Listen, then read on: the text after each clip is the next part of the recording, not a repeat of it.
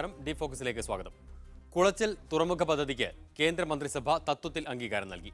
തമിഴ്നാട്ടിലെ ഇനയം എന്ന സ്ഥലത്താണ് തുറമുഖം സ്ഥാപിക്കുന്നത്. തീരുമാനം വിഴിഞ്ഞത്തിന് തിരിച്ചടിയാകുമെന്നാണ് വിലയിരുത്തൽ. കണ്ടെയ്നർ നീക്കത്തിന്റെ പ്രധാന കേന്ദ്രമായി കുളച്ചൽ മാറുമെന്നാണ് കേരളത്തിന്റെ ആശങ്ക.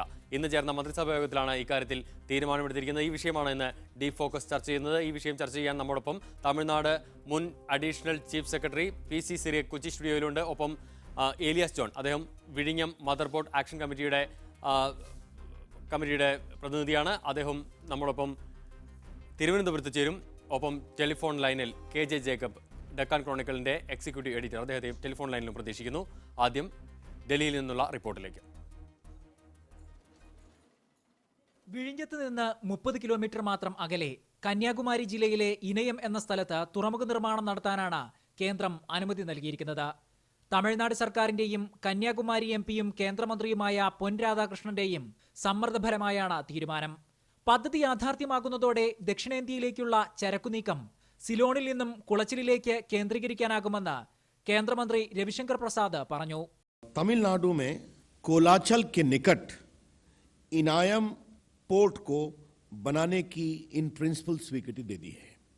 ये एक SPV बनेगा with initial equity investment from 3 major ports in Tamil Nadu, that is Chidambaram Port, Chennai Port and Kamaraj Port Limited. Colachel തുറമുഖം വരുന്നതോടെ കണ്ടെയ്നർ നീക്കത്തിന്റെ പ്രധാന കേന്ദ്രമായി ഈ തുറമുഖം മാറും. 36,000 കോടി രൂപയുടേതാണ് നിർദ്ദിഷ്ട കുളച്ചൽ പദ്ധതി. ഇതിൽ 6,000 കോടിയുടെ കേന്ദ്ര നിക്ഷേപത്തിന് ഇപ്പോൾ തന്നെ അനുമതിയായിട്ടുണ്ട്. മൊത്തം 21,000 കോടി രൂപയുടെ കേന്ദ്ര സഹായം പദ്ധതിക്ക് ലഭിച്ചേക്കും.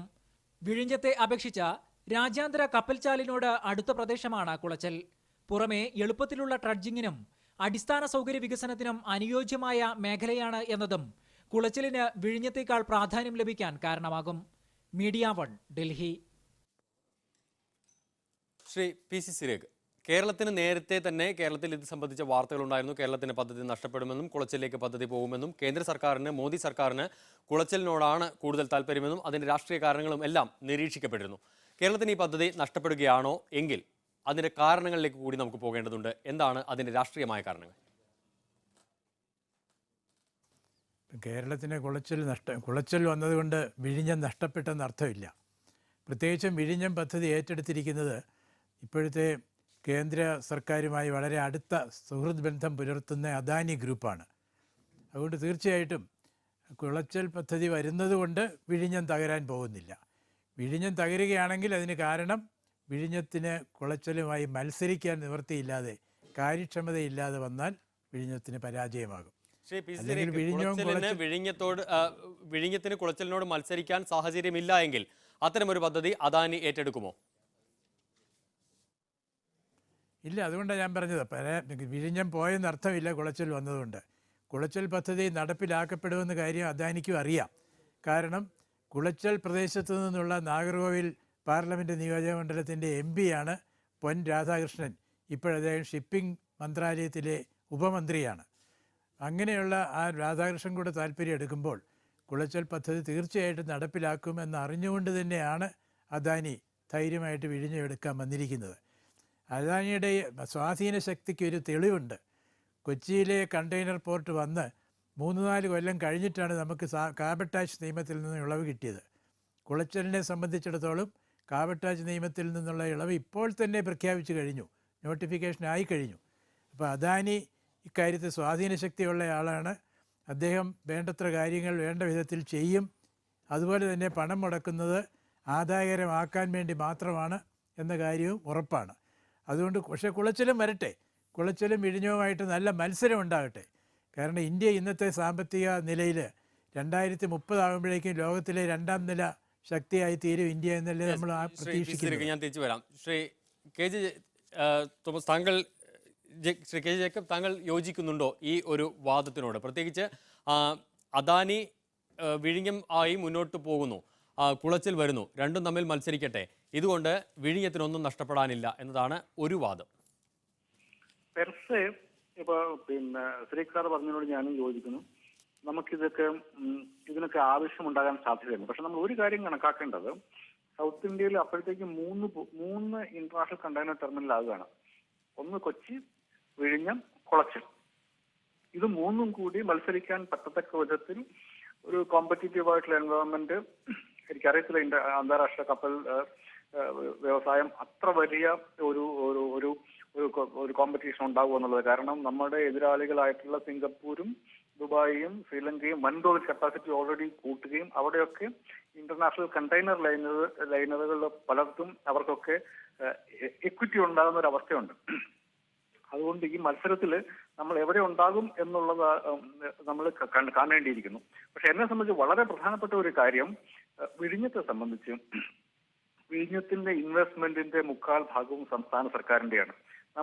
എനിക്ക് തോന്നുന്നു ഈ കാര്യമാണ് നമ്മൾ ചർച്ച ചെയ്യേണ്ടത്. കേന്ദ്ര സർക്കാരാണ് കുളച്ചിൽ പദ്ധതി ഉണ്ടാക്കാൻ വേണ്ടി പോകുന്നത്, അടുത്ത സംസ്ഥാന സർക്കാരല്ല. അതിനുവേണ്ടിയിട്ട് SPV ഉണ്ടാക്കുന്നതും അതിനുവേണ്ടി പണം കണ്ടെത്താൻ വേണ്ടി ചെയ്യാൻ വേണ്ടി പോകുന്നത് കേന്ദ്ര സർക്കാരാണ്. സംസ്ഥാന സർക്കാരിന് അതിൻ്റെ അകത്ത് കാര്യമായ പണം മുടക്കില്ല. ഇപ്പൊ ഇന്ന് അദ്ദേഹം ബഹുമാനപ്പെട്ട മന്ത്രി പറഞ്ഞതനുസരിച്ചാണെങ്കിൽ മറ്റുള്ള പോർട്ടുകളും കേന്ദ്ര സർക്കാരും SPVയും പ്രൈവറ്റ് ഇൻവെസ്റ്ററും ചേർന്നിട്ടാണ്. അതേസമയം വിഴിഞ്ഞത്തെ പ്രോജക്റ്റിൽ 5000 ചില്ലറ കോടിയോളം രൂപ പണം മുടക്കുന്നത് സംസ്ഥാന സർക്കാരാണ്. അപ്പോൾ കേന്ദ്ര സർക്കാർ പണം മുടക്കുന്ന ഒരു പദ്ധതിയും സംസ്ഥാന സർക്കാർ പണം മുടക്കുന്ന ഒരു പദ്ധതിയും തമ്മിൽ അന്താരാഷ്ട്ര ഇതിനു വേണ്ടി ചരക്ക് മൂവ്മെന്റിന് വേണ്ടി ഒരു കോമ്പറ്റീഷൻ വരും എന്നുള്ള ഭയമാണ് എനിക്കുള്ളത്. ഇതിപ്പം സലീം സാർ പറഞ്ഞ പോലെ അദാനി അല്ല അവിടെ പണം മുടക്കുന്നത്. കാരണം അദാനിയുടെ പണം മുടക്ക് 2ാമത്തെ ഘട്ടത്തിൽ 3ാമത്തെ ഘട്ടത്തിലേക്ക് വരുന്നുള്ളൂ. നമ്മുടെ സംസ്ഥാന സർക്കാരിന്റെ പണം മുടക്കാണ് 5000 കോടി ഒരു വാതിൽ വരുന്നത്. അത്രയും അഫോർഡ് ചെയ്യാൻ നമ്മളെ കൊണ്ട് പറ്റുമോ, അതിൻ്റെ അകത്ത് എത്രത്തോളം റിസൾട്ട് ഉണ്ട് എന്നുള്ളതൊക്കെ നമ്മൾ പരിഗണിക്കേണ്ട ആവശ്യമുണ്ട്. അതല്ലാതെ മത്സരം വരും അപ്പോൾ ഇതെല്ലാം നന്നാവും എന്ന് പറഞ്ഞു എന്നിട്ടും നമുക്ക് ഞാൻ ചോദിക്കട്ടെ, അദാനി ഈ പദ്ധതിയിൽ നിന്ന് പിന്മാറുന്നു എന്ന തരത്തിൽ ജൂൺ ആദ്യത്തിൽ തന്നെ കേരളത്തിൽ വാർത്തകൾ ഉണ്ടായിരുന്നു. പല മാധ്യമങ്ങളും ആ വാർത്ത റിപ്പോർട്ട് ചെയ്യുകയും ചെയ്തു. അതിനുശേഷമാണ് 9-ാം തീയതി മുഖ്യമന്ത്രിയുമായി കൂടിക്കാഴ്ച നടത്താൻ വേണ്ടി കരൺ അദാനി കേരളത്തിലെത്തുകയും ഈ പദ്ധതിയുമായി മുന്നോട്ട് പോകുമെന്ന് ഉറപ്പ് നൽകുകയും ഒക്കെ ചെയ്യുന്നത്. ഈ രീതിയിലുള്ള വാർത്തകൾ വരുന്നത് എന്തുകൊണ്ടായിരുന്നു? എനിക്കറിയില്ല. അദാനിക്ക് ഇതിനകത്ത് പിന്മാറേണ്ട ആവശ്യമില്ല. കാരണം അദാനിക്ക് ഇതിനകത്ത് പൈസ മുടക്കില്ല. ഇതിനകത്ത് ആദ്യത്തെ ഇപ്പൊ 1400 കോടി രൂപ 1700 കോടി രൂപ ഏതോ 1400 എനിക്ക് തോന്നുന്നു ബ്രേക്ക് വാട്ടർ കിട്ടാനുള്ള മൊത്തം പണവും കൊടുക്കേണ്ടതും സംസ്ഥാന സർക്കാരാണ്. ആ പണം കൊടുത്തു കഴിഞ്ഞാൽ അവർ അടുത്ത ഘട്ടത്തിലേക്ക് ആലോചിക്കുക പോലും ചെയ്യുള്ളൂ. അതിനുള്ള പണികളാണ് ഇപ്പൊ നടന്നുകൊണ്ടിരിക്കുന്നത്. ഇപ്പൊ ഏതെങ്കിലും പൈസയ്ക്ക് വേണ്ടി ഏതെങ്കിലും 1 രൂപയെങ്കിലും അദാനി ഇതിനായിട്ട് മുടക്കിയതായിട്ട് എനിക്ക് തോന്നുന്നില്ല. അവർക്ക് മുടക്കേണ്ട ആവശ്യവും വരില്ല. അപ്പോഴത്തേക്കും ഇതിന്റെ ഈ ബ്രേക്ക് വാട്ടറെല്ലാം ഉണ്ടാക്കി കഴിയുമ്പോൾ അതിന്റെ പരിസ്ഥിതി കമ്മിറ്റി ഇപ്പോൾ എനിക്കൊന്ന് നാഷണൽ ഗ്രീൻ ട്രൈബ്യൂണലിന് മുമ്പിലാണ് ഈ കേസ്. അപ്പം അപ്പോഴത്തേക്കും കാര്യങ്ങൾ ഏകദേശം കൃത്യമായിട്ട് വരും. അദാനിയെ സംബന്ധിച്ചിടത്തോളം ഇപ്പൊ ഈ പ്രോജക്റ്റിൽ നിന്ന് പിന്മാറേണ്ട യാതൊരു ആവശ്യവുമില്ല. കാരണം അവർക്ക് അതിനകത്ത് പണം മുടക്കില്ല കാര്യമായിട്ട്. യെസ്, ശ്രീ KJ, ഞാൻ മടങ്ങി വരാം താങ്കളിലേക്ക്. ശ്രീ ഏലിയാസ് ജോൺ നമ്മോടൊപ്പം ടെലിഫോൺ ലൈനിൽ. ശ്രീ ഏലിയാസ് ജോൺ, കുളച്ചൽ വരുന്നതോടുകൂടി നമുക്ക് വിഴിഞ്ഞം പദ്ധതി നഷ്ടമാകും എന്ന രീതിയിലാണ് നമ്മൾ അതിനെ കാണുന്നത്. കുളച്ചൽ പദ്ധതിയുമായി കേന്ദ്ര സർക്കാർ മുന്നോട്ട് പോകുന്നു, മന്ത്രിസഭാ യോഗത്തിൽ അത്തരമൊരു തീരുമാനമെടുക്കുന്നു. അപ്പോൾ കേരളത്തിൻ്റെ ആശങ്ക വർദ്ധിക്കുകയാണ്. വിഴിഞ്ഞം പദ്ധതി നമുക്ക് നഷ്ടമാകുമെന്നോ, വിഴിഞ്ഞം പദ്ധതി നമുക്ക് ലാഭകരമല്ലാതാകുമെന്നോ, അല്ലെങ്കിൽ പദ്ധതി ഉപേക്ഷിക്കപ്പെടുക തന്നെ ചെയ്യുമെന്നോ തുടങ്ങിയ ഭയാശങ്കകൾ നിലനിൽക്കുന്നു. അത്തരം ഒരു ആശങ്കകൾക്കും സ്ഥാനമില്ല എന്നാണ് ഈ ചർച്ചയിൽ പങ്കെടുക്കുന്ന ശ്രീ PC സിറിയക്കും അതോടൊപ്പം തന്നെ KJ ജേക്കബും പറയുന്നത്. താങ്കൾ എങ്ങനെയാണ് ഇതിനെ കാണുന്നത്? ഇതിന്റെ കൃത്യമായിട്ടുള്ള മറുപടി പറയേണ്ടത് വാസ്തവത്തിൽ അദാനിയാണ്. കാരണം അദ്ദേഹമാണ് ഇത് ഓപ്പറേറ്റ് ചെയ്യാൻ പോകുന്നയാള്. അപ്പൊ ഇത് ലാഭകരമാകുമോ നഷ്ടമാകുമോ എങ്ങനെയെന്നൊക്കെ വ്യക്തമായിട്ട് പറയാൻ കഴിയുക അവർക്കാണ്. പക്ഷെ എന്നെ സംബന്ധിച്ചിടത്തോളം കുളച്ചൽ പദ്ധതി വരുന്നത് വളരെ അനുകൂലമായ ഘടകമായിട്ടാണ് ഞാൻ കാണുന്നത്. കാരണം അത്ര അധികം ഗ്ലോബൽ മാർക്കറ്റ് ഉണ്ട്. നമ്മൾ അതിന്റെ വാതിക്കലാണ് ഇരിക്കുന്നത്. വേൾഡ് ട്രേഡ് മുഴുവൻ ഈ കുളച്ചലിന്റെയോ വിഴിഞ്ഞത്തിന്റെയോ എത്രയോ 10 നോട്ടിക്കൽ മൈൽ അപ്പുറം കൂടിയാണ് കടന്നു പോകുന്നത്. ഒരു ബ്രില്യൻ ബിസിനസ്മാനെ സംബന്ധിച്ചിടത്തോളം ഇത് ഒരു കോൺസെൻട്രേറ്റഡ് ബിസിനസ് സെന്റർ ആയിട്ട്, ഒരു മറൈൻ സെന്റർ ആയിട്ട് സൗത്ത് ഇന്ത്യ മാറുന്നത് ആഗോള ബിസിനസിനെ ഇങ്ങോട്ട് ആകർഷിക്കാൻ സഹായിക്കും. ആ സമയത്ത് വിഴിഞ്ഞത്തിന് വേണ്ടി അല്ലെങ്കിൽ വിഴിഞ്ഞത്ത് ഈ ബിസിനസ് കൊണ്ടുവരുവാൻ ശ്രമിക്കേണ്ടത് അദാനിയാണ്. ലോകത്തിന്റെ മുഴുവൻ ശ്രദ്ധ കേരളം അല്ലെങ്കിൽ തമിഴ്നാട് എന്ന് പറയുന്ന 2 സംസ്ഥാനങ്ങളുടെ ബോർഡറിൽ എത്തുമ്പോൾ അത് കുളച്ചിലോട്ട് ആ ബിസിനസ് പോകും എന്ന് പേടിച്ചിരിക്കേണ്ട കാര്യമില്ല. ആ ബിസിനസ് വിഴിഞ്ഞത്തോട്ടു കൂടി വലിച്ചെടുക്കാൻ, ഒരു മാഗ്നറ്റ് വെച്ച് പിടിച്ചെടുക്കാൻ വിഴിഞ്ഞത്ത് പൈസ മുടക്കുന്ന അദാനിക്കും അതിന് നേതൃത്വം കൊടുക്കുന്ന കേരള സർക്കാരിനും കഴിവുണ്ടോ എന്നുള്ളതാണ് ഇവിടെ ടെസ്റ്റ് ചെയ്യപ്പെടാൻ പോകുന്ന വിഷയം. ഇതൊരു ലിറ്റ്മസ് ടെസ്റ്റാണ് വാസ്തവത്തിൽ. അത്തരത്തിൽ ഈ ഗ്ലോബൽ ബിസിനസിനെ ആകർഷിക്കാൻ കഴിയുമെങ്കിൽ അതിന് കേരള സർക്കാരും അദാനിയും ശ്രമിക്കുമെങ്കിൽ തീർച്ചയായിട്ടും this is A positive move എന്നാണ് ഞാൻ കാണുന്നത്. ശ്രീ ഏലിയാസ് ജോൺ, അതിഥികളിലേക്ക് ഞാൻ വളരെ പെട്ടെന്ന് തിരിച്ചെത്താം ഒരു ഇടവേളയ്ക്ക് ശേഷം. ഡേ ഫോക്കസ് തുടരുന്നു. PC സിറിയക്, ഏലിയാസ് ജോൺ, KJ ജേക്കബ് എന്നിവർ ചേരുന്നു നമ്മുടെ ചർച്ചയിൽ. ശ്രീ PC സിറിയക്, ഇവിടെ നമുക്ക് കൃത്യമായ ഒരു താരതമ്യം നമ്മുടെ മുന്നിലുണ്ട്. നമ്മൾ ഏറ്റെടുത്ത് നൽകിയത് 250 ഏക്കർ, അവിടെ അത് 550 ഏക്കർ. ഇവിടെ പദ്ധതി ചെലവ് 7525 കോടി, അവിടെ 21,000 കോടി. അതുപോലെ തന്നെ അന്തർദേശീയ കപ്പൽ ചാനലിൽ നിന്നുള്ള അകലം ഇവിടെ 10 നോട്ടിക്കൽ മൈൽ, അവിടെ അതിലും കുറവ്. ഈ രീതിയിലൊക്കെ നമ്മൾ മത്സരിക്കുമ്പോൾ ശ്രീ ഏലിയാസ് ജോൺ പറഞ്ഞതുപോലെ ആ മത്സരം എങ്ങനെ നമുക്കൊരു സാധ്യതയായി മാറും? അതെ, കുളച്ചലിന് നമ്മളെപ്പോലെ തന്നെ ചില സൗകര്യങ്ങളുണ്ട്. പിന്നെ കുളച്ചലിന് നമുക്കുള്ള ചില സൗകര്യങ്ങൾ ഇല്ലതാനും. കാരണം വിഴിഞ്ഞം എന്ന് പറയുന്നത് തിരുവനന്തപുരം എന്നുള്ള മഹാനഗരത്തിൻ്റെ അടുത്താണ്. അപ്പോൾ തിരുവനന്തപുരത്ത് ലഭ്യമായിട്ടുള്ള അടിസ്ഥാന സൗകര്യങ്ങൾ, ഇൻഫ്രാസ്ട്രക്ചർ ഒരു പരിധിവരെ കുളച്ചൽ തുറമുഖത്തിൻ്റെ വിഴിഞ്ഞം തുറമുഖത്തിന് ഉപയോഗിക്കാൻ പറ്റും. നേരെ മറിച്ച് കുളച്ചലിൻ്റെ അടുത്ത് വലിയ സ്ഥലങ്ങളൊന്നും ഇല്ല. അവിടെയെല്ലാം വിജനമായ ഗ്രാമപ്രദേശമായിരിക്കണം. കന്യാകുമാരിക്കും കുളച്ചലെന്ന് ഇന്നിപ്പോൾ അറിയാവുന്ന ആ ചെറിയ മൈനർ പോർട്ടുണ്ട്, അതിനും കന്യാകുമാരിക്കും ഇടയ്ക്കുള്ള ഒരു സ്ഥലത്താണ് ഈ പുതിയ പോർട്ട് വരാൻ പോകുന്നത്. കുളച്ചലെന്ന് 4-5 കിലോമീറ്റർ തെക്കോട്ട് മാറിയെന്നാണ് ഞാൻ മനസ്സിലാക്കുന്നത്. അങ്ങനെ വരുമ്പോൾ അവിടെ വേറെ പട്ടണങ്ങളൊന്നും ഇല്ല. അപ്പോൾ അതൊരു ഗ്രീൻ ഫീൽഡ് പ്രോജക്റ്റ് എന്ന് പറഞ്ഞതുപോലെ അടിസ്ഥാന സൗകര്യങ്ങൾ മുഴുവനും തൊട്ട് തുടങ്ങേണ്ടിയിരിക്കുന്നു. അപ്പോൾ അവിടെ കൂടുതൽ സ്ഥലം ആവശ്യമാകും. നേരെ മറിച്ച് ഇവിടെ തിരുവനന്തപുരത്തിൻ്റെ സൗകര്യങ്ങൾ ഒരു പരിധിവരെ ഉപയോഗപ്പെടുത്താൻ പറ്റുന്നത് കൊണ്ട് 250 ഏക്കർ കൊണ്ട് എടുക്കാൻ പറ്റും. പിന്നെ അവിടെ 550 ഏക്കർ തന്നെ സമുദ്രത്തിൽ നിന്നും റീക്ലെയിം ചെയ്തെടുക്കാമെന്നാണ് പറയുന്നത്. അതൊക്കെ എന്നെടുക്കാൻ പറ്റുമോ, എത്ര നാളുകൊണ്ട് അത് നടക്കും? അതുപോലെ തന്നെ 25,000 കോടിയുടെ പ്രോജക്റ്റ് എന്ന് പറയുന്നത് പെട്ടെന്ന് ഇപ്പം ചെയ്യാൻ പോകുന്നതല്ല. അത് 3 ഘട്ടത്തിലുള്ള പ്രോജക്റ്റിൻ്റെ ആകെ ചിലവാണ്. ഇപ്പം ചെയ്യാൻ പോകുന്ന 6,000-7,000 കോടിയുടെ പ്രോജക്റ്റ് മാത്രമാണ്. അപ്പോൾ അങ്ങനെയല്ല. പിന്നെ ഒരു അദാനി പോലെയുള്ള ഒരു ഊർജ്ജസ്വലനായ ഒരു സംരംഭകൻ അവിടെ ഇല്ല. അത് നമ്മുടെ ഒരു വലിയ നേട്ടമാണ്. അദാനി ഊർജ്ജസ്വലൻ എന്ന് പറയാൻ കാരണം ഗുജറാത്തിൽ പല മൈനർ പോർട്ടുകളെയും അദ്ദേഹം വിപുലപ്പെടുത്തി വിജയകരമായി നടപ്പിലാക്കി കഴിവ് തെളിയിച്ചു. പോരാഞ്ഞിട്ട് കേന്ദ്ര സർക്കാരുമായിട്ട് നല്ല പിടിപാടും സ്വാധീനവും എല്ലാം ഉണ്ട് താനും. അതിൻ്റെ ഒരു തെളിവാണ് ഞാൻ പറഞ്ഞതുപോലെ ഇപ്പോൾ തന്നെ കാർബൺ ടാക്സ് നിയമത്തിൽ നിന്നുള്ള ഇളവ് വിഴിഞ്ഞത്തിന് ലഭിച്ചിരിക്കുന്നതായി പ്രഖ്യാപിക്കപ്പെട്ടിരിക്കുന്നു.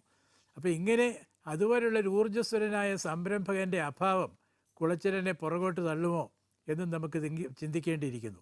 അങ്ങനെയെല്ലാം നോക്കിയാൽ നമ്മളിപ്പം ഭയപ്പെടാനൊന്നുമില്ല. ശ്രീ ഏലിയാസ് ജോൺ, ഇവിടെ വിഴിഞ്ഞം പദ്ധതി തന്നെ ഒരു മിഥ്യാസങ്കല്പമാണ് എന്ന് വാദിച്ചവരുണ്ട്. അക്കൂട്ടർക്ക് ഇപ്പോൾ കുളച്ചൽ പദ്ധതി വരുമ്പോൾ കൂടുതൽ ഉറച്ച ശബ്ദത്തിൽ അവർ പറയുന്നു ഇത് ഒരു നടക്കാത്ത പദ്ധതിയായി മാറും എന്ന രീതിയിൽ. അതിന് അവർ നിരത്തുന്ന നിരവധി കാരണങ്ങളുമുണ്ട്. ആദ്യമേ ഈ പദ്ധതി എതിർക്കുന്നവർ നിരത്തിയ കാരണങ്ങൾ, അതിൽ പാരിസ്ഥിതികമായ പ്രശ്നങ്ങളുണ്ട്, രാജ്യസുരക്ഷയെക്കുറിച്ചുള്ള ആശങ്കകളുണ്ട്, ഇതെല്ലാമുണ്ട്. കുളച്ചൽ പദ്ധതിക്ക് വേണ്ടിയുള്ള ഒരു വാദം വരുമ്പോൾ ഈ വാദങ്ങൾ എത്രത്തോളം മേൽക്കൈ കിട്ടും? അവരുടെ വാദങ്ങൾ ഒരു പക്ഷേ കൂടുതൽ ശക്തമായിട്ട് അവർ വീണ്ടും പ്രകടിപ്പിക്കാൻ സാധ്യതയുണ്ട്. പക്ഷേ അതല്ല ഇവിടുത്തെ വിഷയം. സിറിയക് സാറ് പറയുന്നത് പോലെ ഈ നമ്മുടെ സാധ്യതകൾ വളരെയധികം കൂട്ടുന്നതാണ്. അപ്പോൾ കുളച്ചലിനെതിരെയും വിഴിഞ്ഞത്തിനെതിരെയും ശബ്ദമുയർത്തുന്നവർ ആ ശബ്ദം കുറച്ചുകൂടെ ശക്തമായിട്ട് ഇനിയും ഉയർത്തിയേക്കാം. അതില്ലാന്ന് ഞങ്ങൾ കരുതുന്നില്ല. അങ്ങനെ വരുമ്പോൾ അതിനെ കൗണ്ടർ ചെയ്യേണ്ട ആവശ്യമുണ്ടോ ഇല്ലയോ എന്നുള്ളതൊക്കെ ഗവൺമെൻറ്റാണ് തീരുമാനിക്കേണ്ടത്. ഇവിടെ എന്നെ സംബന്ധിച്ചിടത്തോളം, അല്ലെങ്കിൽ ഞങ്ങളെപ്പോലെ ഈ വിഴിഞ്ഞം തുറമുഖത്തിന് വേണ്ടി നിരന്തരം വാദിച്ചുകൊണ്ടിരിക്കുന്നവരെ സംബന്ധിച്ചിടത്തോളം ഇതൊരു ആഡഡ് അഡ്വാൻറ്റേജ് ആയിട്ടാണ് ഞങ്ങൾ കാണുന്നത്.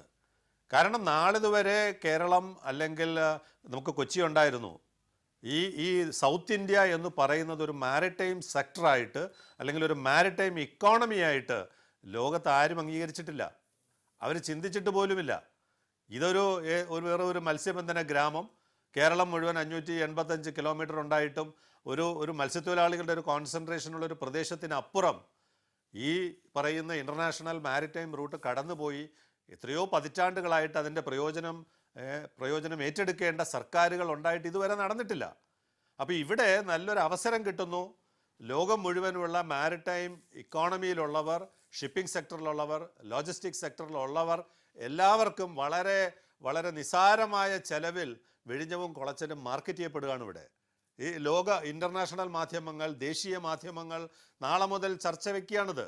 ഇങ്ങനെ 2 തുറമുഖങ്ങൾ അടുത്തടുത്ത് വരുന്നത് ലാഭകരമാണോ നഷ്ടമാണോ എന്നൊക്കെയുള്ള ചർച്ച മെയിൻ സ്ട്രീം മീഡിയ കൊണ്ടുവരുന്നു, അല്ലെങ്കിൽ ഓൺലൈൻ മീഡിയ കൊണ്ടുവരുന്നു, അല്ലെങ്കിൽ ജനങ്ങൾ ചർച്ച ചെയ്യുമ്പോൾ ഇത് ഫ്രീ ഓഫ് കോസ്റ്റിൽ ലോകം മുഴുവൻ ഈ പ്രദേശം മാർക്കറ്റ് ചെയ്യപ്പെടുകയാണ്. അതിലൂടെ ഷിപ്പിംഗ് സെക്ടറിലുള്ളവർ, വ്യവസായികളൊക്കെ ഇന്നലെ വരെ ഇല്ലാത്ത ഒരു പുതിയ ഡെസ്റ്റിനേഷനെ കുറിച്ച് അറിയുകയാണ്. Yes, ശ്രീ അപ്പോൾ എലിസൺ, അങ്ങനെയുള്ള ഒരു അറിവ് കെ ജെ ജേക്കബ്, മറ്റൊരു കാര്യം കൂടി, കേന്ദ്ര സർക്കാരിന് കുളച്ചലിനോടാണ് താല്പര്യം എന്ന് നേരത്തെ തന്നെ ഈ ചർച്ചയിൽ ഉന്നയിക്കപ്പെട്ടു.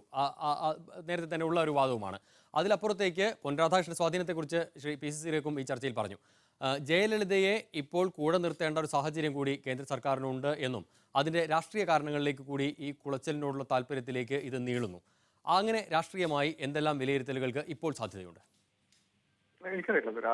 ഇത് വലിയ പണം മുടക്കമുള്ള ഒരു പ്രോജക്റ്റ് ആകുമ്പോൾ നമ്മളതിന്റെ രാഷ്ട്രീയത്തിന്റെ അടിസ്ഥാനത്തിലാണ് പ്രൊജക്ട് കാണേണ്ടതെന്ന് എനിക്ക് തോന്നുന്നില്ല. കാരണം കുളച്ചൽ പ്രോജക്ട് കുറച്ചു കാലമായിട്ട് സർക്കാർ സംസാരിച്ചുകൊണ്ടിരിക്കുകയാണ്. അതിന്റെ സ്റ്റഡീസും എല്ലാം കൃത്യമായിട്ട് നടന്നു. ഈ സർക്കാർ വന്നതിന് ശേഷം അതിനൊരു ആക്കം കൂടിയിട്ടുണ്ടെന്നുള്ളത് സത്യമാണ്. പക്ഷെ അത് ജയലളിതയായിട്ടൊരു ബന്ധത്തിന്റെ പേരിലല്ല ഇത്ര വലിയൊരു ഹ്യൂജ് പ്രോജക്റ്റിനെ നമ്മൾ കാണേണ്ടത്. അതിന് കേന്ദ്ര സർക്കാർ വളരെ കൃത്യമായിട്ട് അതിന്റെ നിലപാട് വ്യക്തമാക്കിയിട്ടുണ്ട്. അവർ അതിനകത്ത് പണം മുടക്കും, അതിനകത്ത് പണം കണ്ടുപിടിക്കുമെന്നുള്ള കാര്യം. അത് ഒരു പ്രധാനപ്പെട്ട കാര്യമാണെന്ന് എനിക്ക് തോന്നുന്നില്ല. അതുകൊണ്ട് വിഴിഞ്ഞത്തിന് എന്തെങ്കിലും ഡിസഡ്വാൻറ്റേജ് ഉണ്ടാവും എന്ന തോന്നലും എനിക്കില്ല. എന്റെ എപ്പോഴത്തെ നിലപാട് എന്തെന്ന് വെച്ചിട്ടുണ്ടെങ്കിൽ, വിഴിഞ്ഞം എന്നുള്ള പ്രോജക്റ്റ് കേരള സർക്കാർ വളരെ മോശമായിട്ടാണ് മാർക്കറ്റ് ചെയ്തതെന്നുള്ളതാണ് എന്റെ പ്രശ്നം. ഞാനിത് ആദ്യത്തെ ദിവസം തന്നെ ഉന്നയിക്കുന്നതാണ്. ഇത്രയും വലിയൊരു പ്രോജക്റ്റിന് വേണ്ടി കേന്ദ്ര സർക്കാരിന്റെ ഇൻവെസ്റ്റ്മെന്റ് എന്ന് പറയുന്നത് വെറും 800 കോടി രൂപയാണ്. അതും വയബിലിറ്റി ഗ്യാപ്പ് ഫണ്ട്. ഈ പൈസ നമ്മൾ എപ്പോഴെങ്കിലും തിരിച്ചു കൊടുക്കേണ്ട പൈസയാണ്. ഇപ്പൊ നമ്മൾ എലിയാസ് ജോണും അതുപോലെയുള്ള ഈ വിഴിഞ്ഞം പ്രോജക്റ്റിന് വേണ്ടി ബാധിക്കുന്ന എല്ലാവരും പറയുന്നത് ഇതൊരു നാഷണലി ഇമ്പോർട്ടന്റ് ആയിട്ടുള്ള പ്രോജക്റ്റ് ആണെന്ന് പറയുമ്പം അത്രയും വലിയ പ്രോജക്റ്റിന് സംസ്ഥാന സർക്കാർ മാത്രം പണം മുടക്കാൻ മതിയോ എന്നുള്ളൊരു ചോദ്യമായിരുന്നു ഞാൻ എപ്പോഴും ചോദിച്ചുകൊണ്ടിരുന്നത്. അതുപോലെ തന്നെ ഈ അടുത്തടുത്ത 2 പോർട്ടുകൾ വന്നു കഴിയുമ്പോൾ ഇത്ര അടുത്തടുത്ത പോർട്ടുകൾ വളരെ സക്സസ്ഫുൾ ആയിട്ട് ലോകത്ത് പലയിടത്തും റൺ ചെയ്യാറുണ്ട്. പക്ഷെ പ്രശ്നം എവിടെയെന്ന് വെച്ചിട്ടുണ്ടെങ്കിൽ അവിടെയൊക്കെ ഈ ഷിപ്പിംഗ് ലൈൻസ് അതിൻ്റെ അകത്തൊരു ഇൻവെസ്റ്റർ ആയിട്ടുണ്ടാവും സാധാരണഗതിയിൽ. അപ്പൊ അവര് കപ്പലുകൾ കൊണ്ടുവരും. അതല്ലാതെ നമ്മളിപ്പോ കണക്കാക്കേണ്ടത് അദാനി ഇന്ത്യയിൽ ഗുജറാത്തിൽ ഏറ്റെടുത്തിട്ടുള്ള പല പ്രോജക്ട്സും വളരെ സക്സസ്ഫുൾ ആയിട്ട് നടന്നിട്ടുണ്ട്. അതേസമയം ഓസ്ട്രേലിയ അദ്ദേഹം പോയ 1-2 പ്രോജക്റ്റുകൾ അദ്ദേഹം തിരിച്ചു പോരേണ്ടി വന്നിട്ടുണ്ട്. ഇന്ന് ഇന്ത്യയിലെ ഏറ്റവും കൂടുതൽ കടമുള്ള ഗ്രൂപ്പുകളിൽ ഒന്നാണ് അദാനി. അതുകൊണ്ട് അദാനിയുടെ മിടുക്കിനെ മാത്രം അത് മാത്രം കണ്ടുകൊണ്ട് കേരളം പോലെ നിത്യനിദാനത്തിന് പണമില്ലാത്തൊരു സംസ്ഥാനം ഇത്രയധികം വലിയ പണം ഇൻവെസ്റ്റ് ചെയ്യുന്നതിന്റെ വയബിലിറ്റിയെ കുറിച്ചാണ് ഞാൻ സംസാരിച്ചുകൊണ്ടിരുന്നത് ഇത്രയും കാലം. ഞാൻ വളരെ പെട്ടെന്ന് തിരിച്ചെത്താൻ താങ്കളിലേക്കും മറ്റ് അതിഥികളിലേക്കും ഒരു ഇടവേളയ്ക്ക് ശേഷം ഫോക്കസ് വരുന്നു. ശ്രീ എലിയാസ് ജോൺ, ഇവിടെ കേന്ദ്രം നേരത്തെ തന്നെ ഒരു നിലപാടെടുത്തിരുന്നു. കേരളം ഈ പദ്ധതിക്ക് അനുകൂലമായ സാഹചര്യം ഒരുക്കിയില്ലെങ്കിൽ കുളച്ചലിന് ഈ പദ്ധതി നൽകാൻ കേന്ദ്ര സർക്കാർ തയ്യാറാകേണ്ടി വരുമെന്ന്. അപ്പോൾ നമ്മുടെ ഉള്ളിൽ തന്നെ ഒരു തോന്നലുണ്ടാകുന്നു, ഒന്നുകിൽ കുളച്ചൽ അല്ലെങ്കിൽ വിഴിഞ്ഞമെന്ന്. അതുകൊണ്ടാണ് കുളച്ചൽ വേഴ്സസ് വിഴിഞ്ഞം എന്നൊരു തോന്നൽ നമ്മുടെ ഉള്ളിൽ ഉണ്ടാകുന്നത്. ഏത് പദ്ധതിയാണ് വരിക, ഒന്നിന് വിരുദ്ധമാണ് എന്ന രീതിയിലാണ് നമ്മൾ കാര്യങ്ങളെ ഇതുവരെ കണ്ടിരുന്നത്.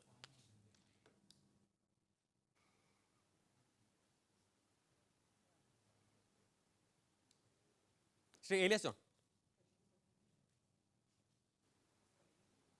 എനിക്ക് ചോദ്യം ക്ലിയർ ആയില്ല. കേന്ദ്രം നേരത്തെ തന്നെ ഒരു നിലപാടെടുത്തിരുന്നു. ഈ കുളച്ചൽ വിഴിഞ്ഞത്തിന് വേണ്ട പദ്ധതിക്ക് വേണ്ട നടപടിക്രമങ്ങൾ സംസ്ഥാന സർക്കാർ ഒരുക്കി നൽകിയില്ലെങ്കിൽ കുളച്ചലിന് പദ്ധതി പോകും എന്ന രീതിയിലായിരുന്നു ആ പ്രസ്താവന വന്നത്. അതുകൊണ്ട് തന്നെ ഒന്നുകിൽ കുളച്ചൽ അല്ലെങ്കിൽ വിഴിഞ്ഞം എന്ന രീതിയിലുള്ള തോന്നൽ നമുക്കുണ്ടായി. ഇവിടെ ഇത് വലിയൊരു റെസ്പോൺസിബിലിറ്റി സ്റ്റേറ്റ് ഗവൺമെന്റിനുണ്ട്. ഇത് നേരത്തെ ജേക്കബ് പറഞ്ഞതുപോലെ അദാനിക്ക് മുഴുവൻ ഏൽപ്പിച്ചു കൊടുത്തിട്ട് മാറി നിന്ന് കളി കാണാമെന്ന് തീരുമാനിച്ചാൽ ഒരു പക്ഷേ this is going to be another tragedy.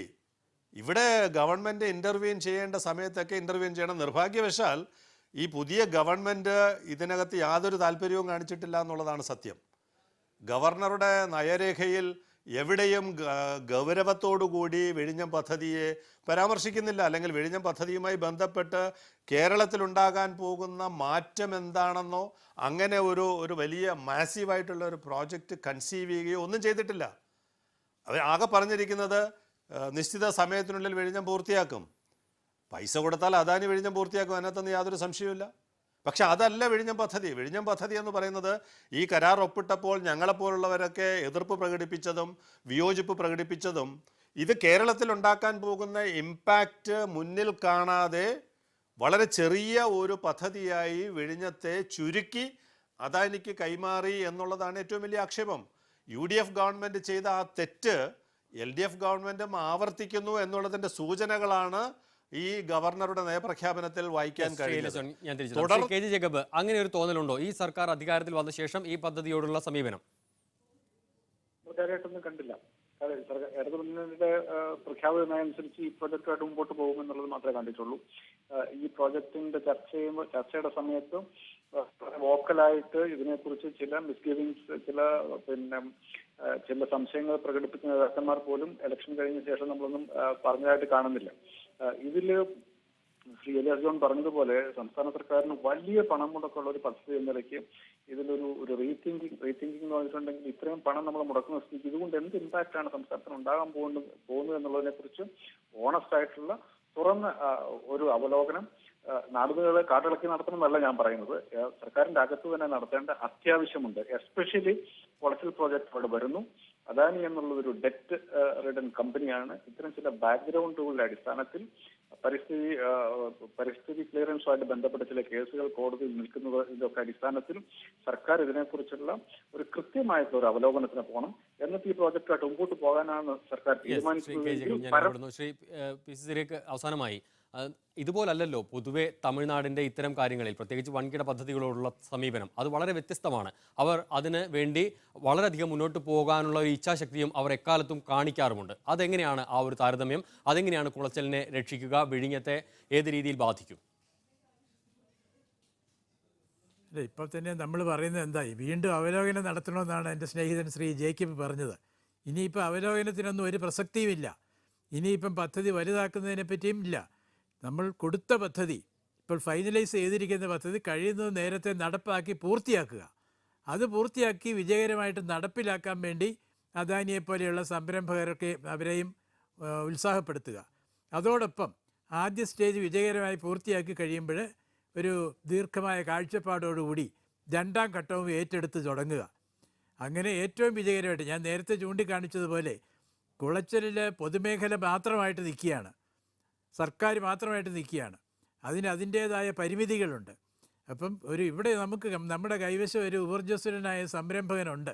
അപ്പം അയാളുടെ സ്വാധീന ശക്തിയും അയാളുടെ ഊർജ്ജവും അയാളുടെ സംരംഭകത്വമൊക്കെ ഉപയോഗപ്പെടുത്തി വേണ്ട സഹായം സംസ്ഥാന സർക്കാർ നൽകി.